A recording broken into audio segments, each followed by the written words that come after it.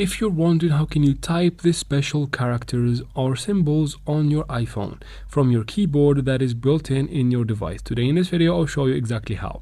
First, open any conversation, and then from here, to access the special characters from your keyboard, you need to long tap on the normal letters to access them. So once you long tap there, you get this list in which you can choose from the special characters, and almost every key right here has a special character, but some don't. You can tap right here in the top left corner to go to your numerals, and you'll find even a bunch of more special characters.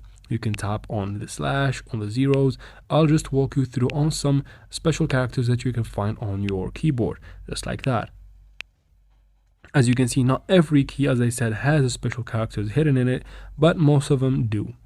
And that is it for this video, guys. I hope it was useful. If it was, please don't forget to like and comment down below. Don't forget also to subscribe for future videos like this one. And thank you very much for watching. See you in the next one.